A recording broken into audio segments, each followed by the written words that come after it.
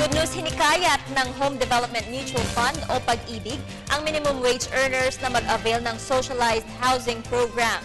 Dahil dito may pagkakataon ng sariling bahay ang bawat Pilipino sa murang halaga lang. Balitaan mo kami, Jackie Sai. For housing, Pinapahalagahan ng pamahalaan ng bawat Pilipino sa bansa. Kaya naman isinusulong ng Home Development Mutual Fund o Pag-ibig ang Socialized Housing Program. Dahil dito, marami sa ating mga kababayang minimum wage earners ang maaari nang magkaroon ng bahay sa pamamagitan ng housing loan. ang pinakamagandang maiibanner ng administration ni Presidente Pinoy at saka of course ni Vice President Binay na siyang chairman ng Pag-ibig Fund, yung ating socialized housing program. Yung mga minimum wage earners kasi namin, nagbigay tayo ng special na programa sa kanila.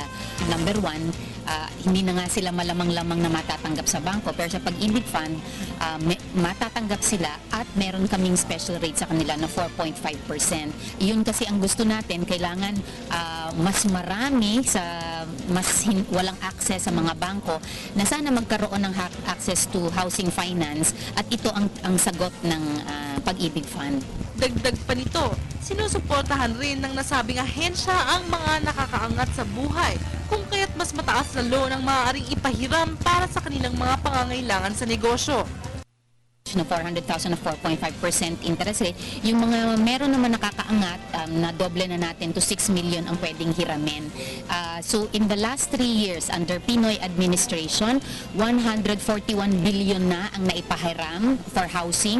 Inaasahan naman na sa pamamagitan ng loan sa Pag-ibig ay maaalalayan ng ating mga kababayan sa pag-unlad ng kanilang buhay. Para sa Telebisyon ng Bayan, Jackie Say.